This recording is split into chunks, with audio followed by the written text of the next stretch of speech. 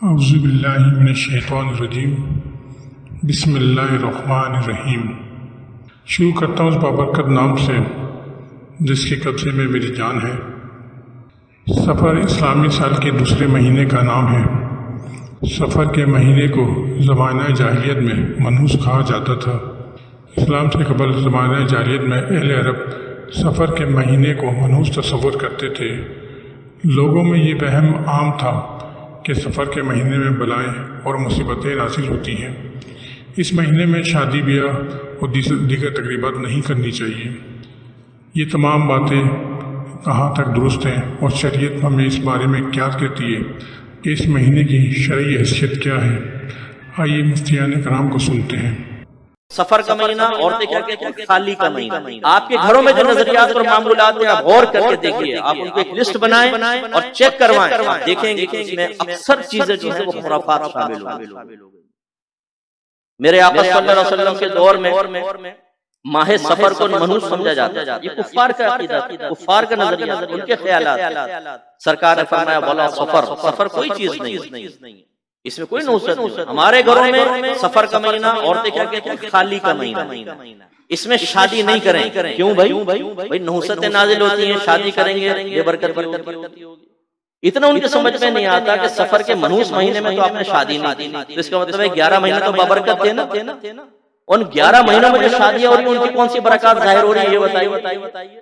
کس نحوست سے بچنا چاہتے ہیں کہ سورہ معاہدے کی گولیاں بنائیں، سورہ مزمل پانی میں ڈال دو۔ کراماتی مچھلیاں وہ گولی کھا کر ایسی دعا دیں گی کہ پیر اور فقیر کی دعا بھی کیا اثر کرے گی، وہ مچھلی کی دعا اثر کرے گی اور بیڑا پار ہو جائے گا۔ کہاں سے ثابت ہے بھائی جان؟ لگے پڑے سننے کے لیے تیار نہیں۔ تو اس لیے خدارا اپنے عقیدے کو خالص کریں، اپنے معمولات کو خالص کریں، خراب قسم کے نظریات نکال دیں اپنے گھر سے۔ اور یہ کیسے ہوگا جب آپ سیکھیں گے۔ ماہ سفر کو بلائیں اترنے کا مہینہ سمجھتے ہوئے ابتدائی تاریخیں جو ہوتی ہیں، پہلے دن اس میں چنے یا گندم ابال کر نیاز دلائی جاتی ہے۔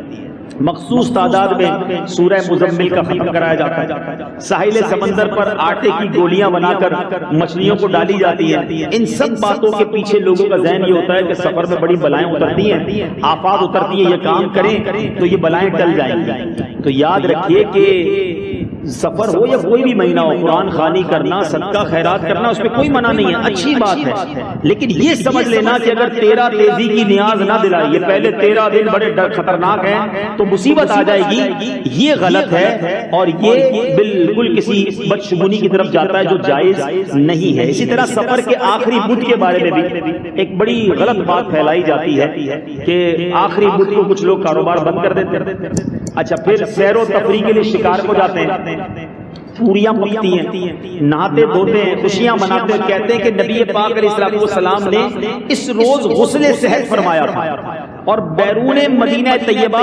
سیر کے لیے تشریف لے گئے تھے۔ یہ سب باتیں بالکل غلط ہیں۔ دراصل نبی پاک کا سفر کی آخری بدھ یعنی آخری ہفتے میں مرض اور شدت اختیار کر گیا تھا۔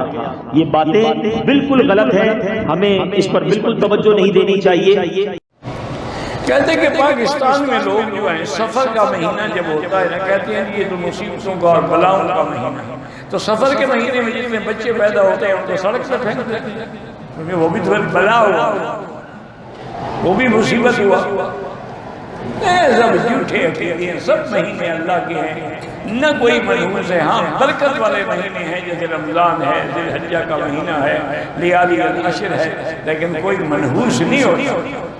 یعنی کچھ لوگ کہتے ہیں یہ جو سفر کا مہینہ ہے یہ بہت ہی سخت مہینہ ہوتا ہے اور ان دنوں کے اندر سفر نہیں کرنا چاہیے، ان دنوں کے اندر شادی نہیں کرنا چاہیے، ان دنوں کے اندر اگر شادی کی جائے تو وہ شادی کامیاب نہیں ہوتی، اس لیے کہ یہ مہینہ منحوس ہے۔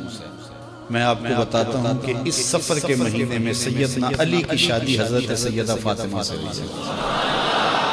بتاؤ اس سے کامیاب کوئی شادی ہو سکتی ہے؟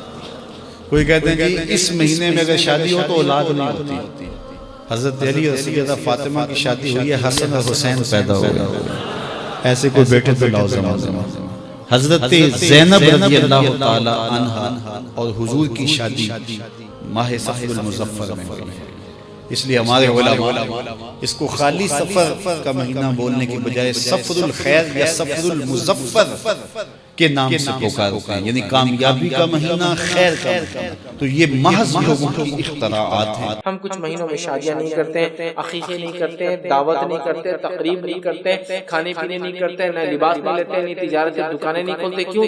تو یہ جو منحوس ہے، اور خاص طور سے سفر کے تعلق سے یاد رکھیے، سفر کرتے وقت مہینے کو منحوس سمجھنا یہ کفر اور شرک تک ہمیں لے جائے گا۔ ہمیں چاہیے کہ اس معاملے میں بہت احتیاط کرے۔ کوئی مہینہ منحوس نہیں ہوتا، کوئی گھڑی نہیں، یہ انسان کے اعمال ہوتے ہیں جس کے اعتبار سے یاد رکھیے وہ مہینہ، وہ گھڑی، وہ پل، وہ وقت اس کے لیے برا ہوتا ہے، لیکن من جملہ ساری امت کے لیے، ساری دنیا کے لیے، ساری انسانیت کے لیے نہیں ہوتا ہے۔ یہ اس کے اعمال کا نتیجہ ہوتا ہے جو اس کے ساتھ یہ چیز ہوتی ہے، یاد رکھیے۔ اب ہم دیکھتے ہیں سفر کے مہینے کے تعلق سے بہت ساری بدفعلیاں، بدشگونیاں لی جاتی ہیں، ٹھیک ہے؟ تو اس کی حقیقت کیا ہے وہ ہم دیکھ لیتے ہیں۔ اس کی حقیقت یہ ہے کہ لوگوں نے موضوع روایتوں کو بیان کیا۔ ایک روایت جو موضوع جو بیان کی جاتی ہے اس کے الفاظ اس طرح سے: جو شخص مجھے سفر کے گزرنے کی خوشخبری دے میں اس کو جنت کی بشارت دیتا ہوں۔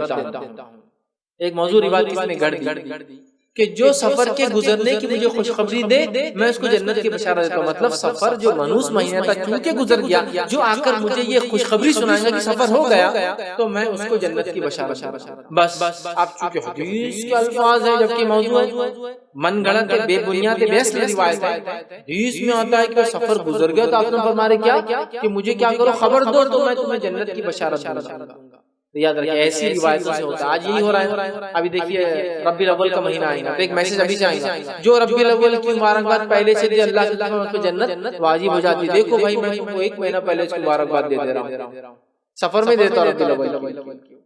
یہ بھی من گھڑت بے بنیاد، سمجھ رہے ہیں؟ یہ سب بے اصل چیزیں ہیں۔ جو رمضان کی آمد سے پہلے اس کی مبارکباد دے دے، بشارت دے دے میں اس کو جنت کی بشارت دوں، یہ بھی بے بنیاد بے اصل موضوع روایت، سمجھ رہا ہے؟ تو لہذا سفر کے تعلق سے ایسی موضوع روایتیں گڑھی گئی جس کی وجہ سے یہ من گھڑت باتیں پھیلتی گئی، جس کی وجہ سے بدعقیدگیاں ہم میں پھیلتی گئی، جس کی وجہ سے آج جو کچھ ہم کر رہے ہیں سفر کے مہینے میں، یاد رکھیے میرے بھائیوں بہنوں یہ کفر اور شرک لے جاتا ہے۔ لوگ اس مہینے میں دو قسم کے افعال کرتے ہیں، ایک وہ کہ اچھے کام سے رک جانا، اور دوسرا وہ کہ برائی کو ٹالنے کے لیے، خیر لانے کے لیے بہت سارے کام کرتے ہیں۔ ایک عجیب عقیدہ یہ بھی کہ کچھ لوگ سفر کے آخری بدھ کو منحوس مانتے ہیں، اس لیے کہ وہ کہتے ہیں نبی اکرم صلی اللہ علیہ وسلم اس روز بیمار ہوئے تو وہ اس روز کو منحوس مانتے ہیں۔ اور ایک طبقہ مسلمانوں کا یہ ہے وہ کہتا ہے سفر کا آخری بدھ منحوس ہوتا ہے لہذا نحوست کو ہٹانے خوشیاں منائی جائیں۔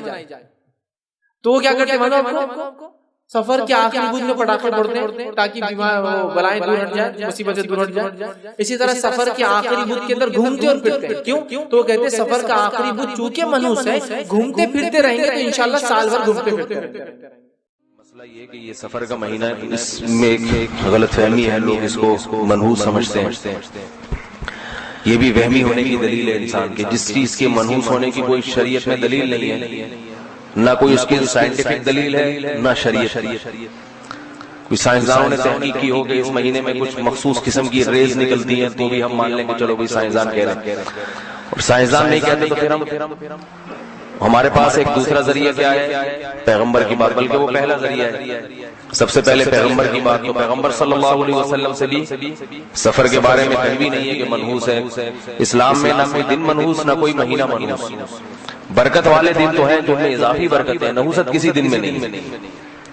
تو اس لیے اس مہینے کو منحوس سمجھنا یہ بدعت ہے، غلط ہے۔ اور یاد رکھیں جو آدمی وہمی ہوتا ہے اللہ کے معاملات پھر اس کے ساتھ ایسے ہی ہوتے ہیں۔ تو اس لیے ایک دفعہ ہمت کریں کہ اس مہینے کو منحوس سمجھنا چھوڑ دیں، اور یہ بھی یاد رکھیں کہ جس چیز کے منحوس ہونے کی دلیل نہیں ہے تو اس میں پھر ایسا کام کرنا چاہیے تاکہ آپ کے عقیدے کی اصلاح ہو۔ تو یہ جب تک دماغ سے انسان کے فاسد عقیدہ نہیں نکلتا، جب تک کہ اس کی علاج خود نہیں کرتا، تو محرم اور سفر میں شادیاں کیا کریں، تقریبات محرم سفر میں رکھا کریں، اس سے آپ کے دماغ میں جو خناس بھرا ہوا ہے کہ یہ منحوس ہے یہ دماغ سے نکل جائے۔ باقی کسی دوسرے کے مذہب کو چھیڑنے کی ضرورت نہیں۔ دفتر میں کوئی شیعہ ہے، اس سے جا کے بحث شروع کر دی کہ تم اپنے دماغ سے خناس نہیں، اس کے لیے خناس نہیں ہے، یہ اس کا مذہب ہے، اس کو اس پہ چلنے۔